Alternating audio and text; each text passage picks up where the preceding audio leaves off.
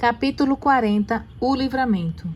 Quando a proteção das leis humanas for retirada daqueles que honram a lei de Deus, em diferentes países haverá um movimento simultâneo para destruí-los.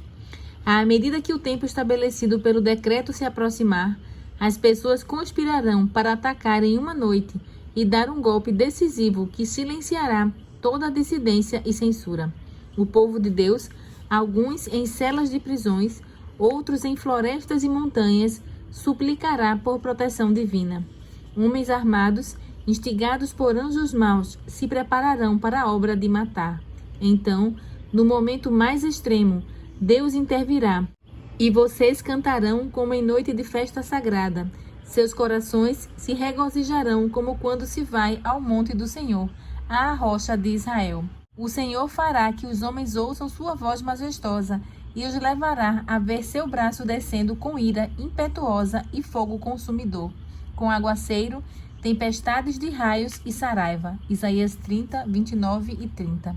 Multidões de pessoas más estarão prestes a se lançar sobre suas presas, quando uma densa escuridão, mais intensa do que as trevas da noite, cairá sobre a terra.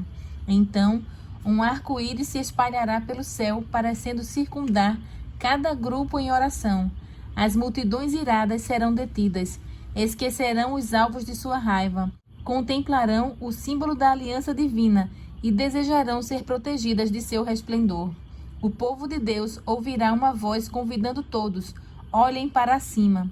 Assim como Estevão, olharão para cima e verão a glória de Deus e o Filho do Homem em seu trono. Atos 7, 55 e 56. Reconhecerão as marcas de sua humilhação e ouvirão seu pedido: quero que os que me deste estejam comigo onde eu estou. João 17, 24. Ouvirão uma voz a falar: eles vêm, santos, inocentes e sem mácula. Guardaram meu mandamento de perseverar. A hora do livramento. À meia-noite, Deus revela seu poder para livrar seu povo. O sol aparece brilhando em toda a intensidade. Ocorrem sinais e maravilhas. Os ímpios contemplam a cena com terror, enquanto os justos percebem os indícios de seu livramento. Em meio ao céu tempestuoso, vê-se um espaço claro de glória indescritível. A voz de Deus ecoa com o som de muitas águas, dizendo: está feito.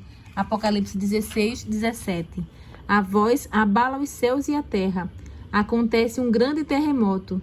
Nunca havia ocorrido um terremoto tão forte como desde que o homem existe sobre a terra. Verso 18. Rochas partidas se dispersam por todos os lados. O mar se agita em fúria. Ouve-se o agudo grito do furacão como a voz de demônios. A superfície da terra começa a se fender. É como se seus fundamentos estivessem cedendo. Cidades portuárias que se tornaram como Sodoma em sua maldade são tragadas pelas águas agitadas. Deus lembrou-se da grande Babilônia e lhe deu o cálice do vinho do furor da sua ira. Verso 19. Grandes pedras de granizo fazem sua obra de destruição. Cidades orgulhosas vão ao chão. Imensos palácios nos quais as pessoas desperdiçaram suas riquezas sucumbem diante de seus olhos. As paredes das prisões são derrubadas e o povo de Deus é liberto. As sepulturas se abrem e multidões que dormem no pó da terra acordarão. Uns para a vida eterna, outros para a vergonha, para o desprezo eterno. Daniel 12, 2. Até mesmo aqueles que o transpassaram, aqueles que zombaram da agonia de Cristo ao morrer, e os oponentes mais impetuosos de sua verdade serão ressuscitados para ver a honra colocada sobre o leal e obediente. Apocalipse 1, verso 7. Relâmpagos atrozes envolverão a terra como em um lençol de fogo. Acima do trovão, vozes misteriosas e terríveis declararão a ruína dos ímpios. Aqueles que foram arrogantes e cheios de orgulho, cruéis com o povo que guarda os mandamentos de Deus, agora tremerão de medo. Demônios estremecerão enquanto homens e mulheres clamam por misericórdia. O dia do Senhor. O profeta Isaías disse: naquele dia os homens atirarão aos ratos e aos morcegos os ídolos de prata e os ídolos de ouro que fizeram para adorar. Fugirão para as cavernas das rochas e para as brechas dos penhascos por causa do terror que vem do Senhor e do esplendor da sua majestade, quando ele se levantar para sacudir a terra. Isaías 2, 20 e 21. Aqueles que sacrificaram tudo por Cristo estão seguros agora. Perante o mundo e diante da morte, demonstraram sua lealdade por aquele que morreu por eles. O rosto, pouco antes tão pálido e abatido, agora brilha com admiração. As vozes se levantam em triunfante cântico. Deus é o nosso refúgio e a nossa fortaleza, auxílio sempre presente na adversidade. Por isso, não temeremos, ainda que a terra trema e os montes afundem no coração do mar, ainda que estrondem as suas águas turbulentas e os montes sejam sacudidos pela sua fúria. Salmo 46, de 1 a 3. Enquanto essas palavras de confiança santa sobem até Deus, a glória da cidade celestial raia das portas abertas do céu. Então, no céu, aparece uma mão segurando 2 tábuas de pedra. A santa lei que Deus proferiu no Sinai agora é revelada como padrão para o juízo. As palavras são tão claras que todos conseguem lê-las e despertam lembranças que removem as trevas da superstição e da heresia de todas as mentes.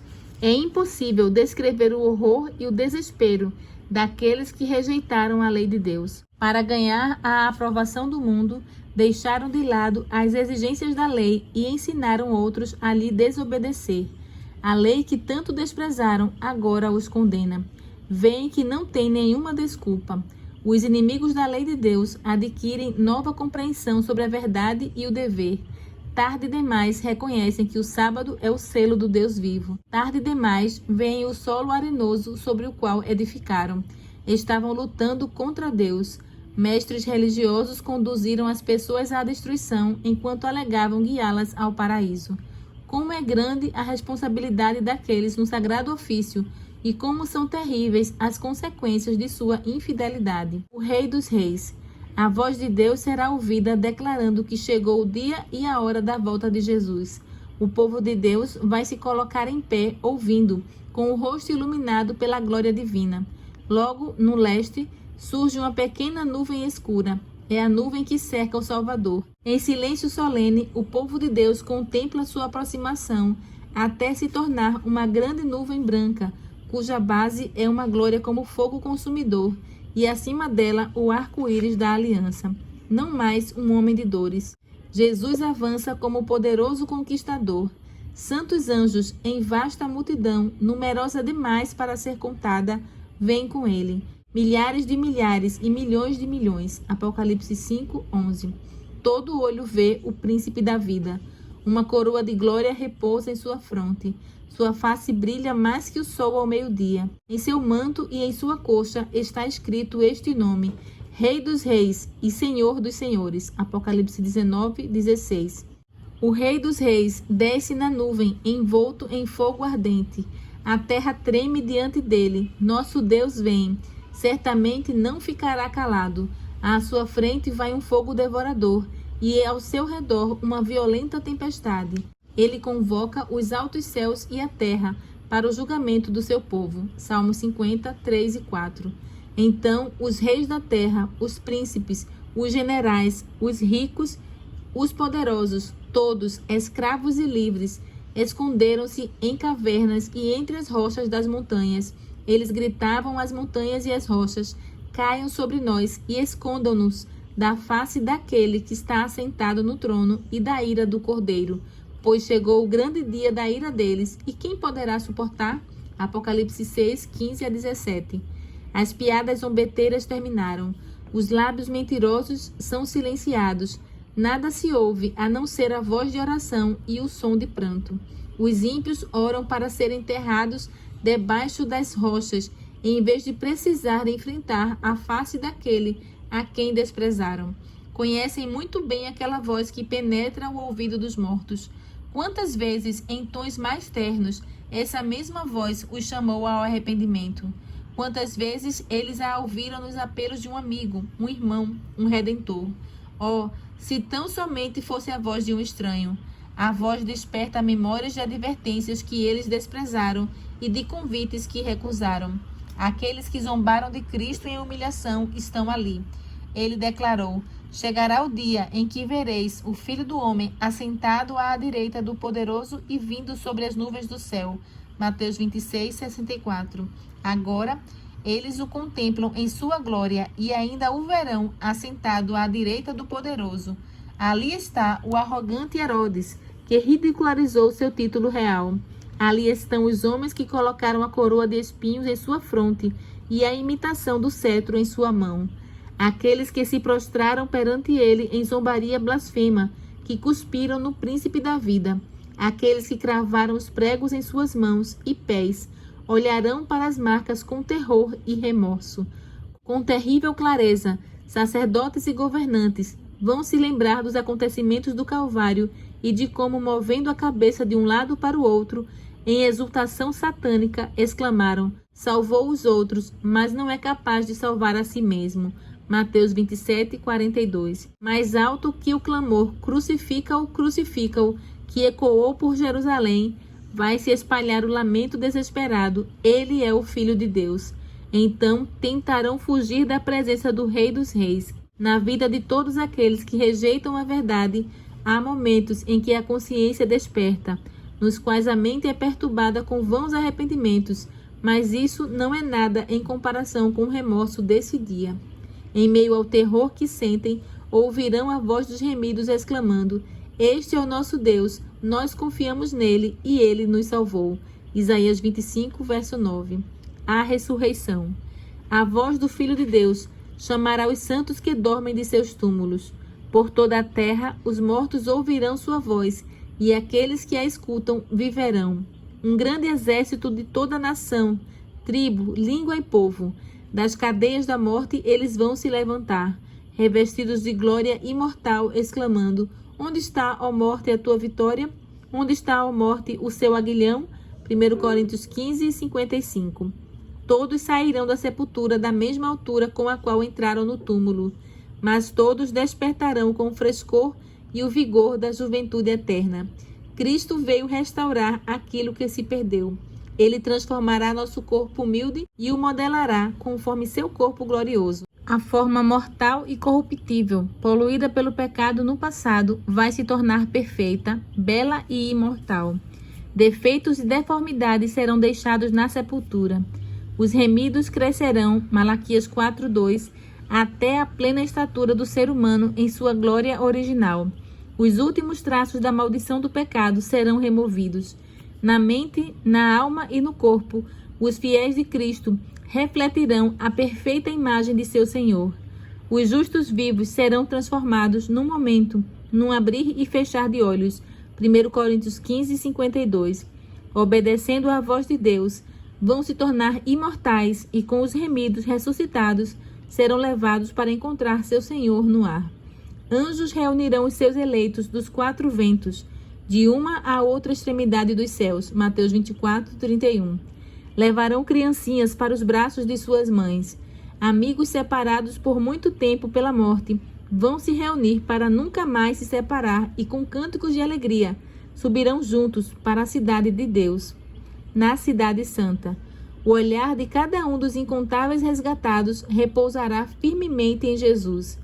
Todo olho contemplará a glória daquele cuja aparência estava tão desfigurada que ele se tornou irreconhecível como homem, não parecia um ser humano. Isaías 52, 14. Jesus colocará a coroa de glória na cabeça dos vencedores. Para cada um existe uma coroa com o seu novo nome. Apocalipse 2, 17. E a inscrição que diz: Santidade ao Senhor. Cada mão receberá a palma da vitória e uma harpa brilhante. Então, quando os anjos dirigentes começarem a tocar, todos os remidos dedilharão as cordas com habilidade em ricos e melodiosos tons. Toda voz se erguerá em grato louvor àquele que nos ama e pelo seu sangue nos libertou dos nossos pecados e nos constituiu reino, sacerdotes para o seu Deus e Pai. A ele a glória e o domínio pelos séculos dos séculos. Apocalipse 1, 5 e 6. Acima da reunião de resgatados está a cidade santa. Jesus abre as portas e pessoas de todas as nações que guardaram a verdade começam a entrar. Então ele diz: venham, benditos de meu Pai, recebam como herança o reino que lhes foi preparado desde a criação do mundo, Mateus 25:34. Cristo apresenta ao Pai aqueles que seu sangue comprou, declarando: aqui estou eu com os filhos que Deus me deu. Hebreus 2:13. Eu os protegi e os guardei no nome que me deste. João 17:12. Que alegria quando o Pai infinito, ao olhar para os remidos, contemplar sua imagem após a decadência do pecado ser removida e o humano mais uma vez se encontrar em harmonia com o divino. A alegria do Salvador estará em ver, no reino de glória, as pessoas que foram salvas por sua agonia e humilhação. Os remidos partilharão de sua alegria ao verem outros que foram ganhos por meio de suas orações, seus esforços e sua renúncia amorosa. Júbilo encherá o coração dos salvos ao verem que um trouxe outros, e estes outros mais. O grande encontro. Quando os resgatados forem recebidos na cidade de Deus, um brado de triunfo ecoará. O primeiro Adão está prestes a se encontrar com o segundo Adão, Cristo. O Filho de Deus receberá o Pai da humanidade, aquele que ele criou, pecou e cujo pecado causou as marcas da crucifixão no corpo do Salvador. Ao ver as marcas dos pregos, Adão vai se prostrar em humilhação aos pés de Cristo. O Salvador vai levantar Adão e convidá-lo a contemplar mais uma vez o lar edênico, do qual ele foi exilado há tanto tempo. A vida de Adão foi cheia de tristeza. Cada folha caída, cada sacrifício animal, cada mancha na pureza da humanidade era um lembrete de seu pecado. A agonia de seu remorso era terrível, pois era culpado de ser a causa do pecado. Fielmente se arrependeu de seus erros e morreu na esperança da ressurreição. Agora, por meio da expiação, Adão é recolocado em seu lar edênico. Cheio de graça, ele vê as árvores que foram seu deleite no passado, cujos frutos ele mesmo havia colhido nos dias de sua inocência. Vê as vinhas que suas próprias mãos organizaram, as mesmas flores que ele tanto amava cuidar. Verdadeiramente é o Éden restaurado. O Salvador o conduz à árvore da vida e o convida a comer. Ele vê que muitos de sua família foram remidos. Então lança sua coroa aos pés de Jesus e abraça o Redentor. Toca a harpa e o céu ecoa com um cântico de triunfo. Digno é o Cordeiro que foi morto. Apocalipse 5:12. A família de Adão lança as coroas aos pés do Salvador e se prostra em adoração. Anjos choravam quando Adão pecou e se alegraram quando Jesus abriu a sepultura para todos aqueles que creram em seu nome. Então, eles veem a obra da redenção concluída e unem as vozes em louvor. No mar de vidro misturado com fogo, estão reunidos aqueles que tinham vencido a besta, a sua imagem e o número do seu nome. Os 144.000 foram remidos dentre a humanidade e cantam um cântico novo, o cântico de Moisés e do Cordeiro. Apocalipse 15:2 e 3. Ninguém, além dos 144.000, sabe este cântico, pois ele conta uma experiência que nenhum outro grupo vivenciou. São eles os seguidores do Cordeiro por onde quer que vá. Esses, tendo sido levados para o céu dentre os vivos, são as primícias para Deus e para o Cordeiro. Apocalipse 14:4. Passaram pelo tempo de angústia como nunca houve desde que existe nação. Suportaram as aflições do tempo de angústia de Jacó. Permaneceram sem intercessor durante o derramamento final dos juízos de Deus. Eles lavaram as suas vestes e as alvejaram no sangue do Cordeiro. E não se achou mentira na sua boca perante Deus. Nunca mais terão fome, nunca mais terão sede. Não os afligirá o sol, nem qualquer calor abrasador, pois o Cordeiro que está no centro do trono será o seu pastor. Ele os guiará às fontes de água viva, e Deus enxugará dos seus olhos toda lágrima. Apocalipse 7:14, 14:5, 7:16 e 17. Os resgatados. Em todas as eras, os escolhidos do Salvador trilharam um caminho estreito. Foram purificados no fogo da aflição. Por amor a Jesus, suportaram ódio, calúnia, negação do eu e amargos desapontamentos.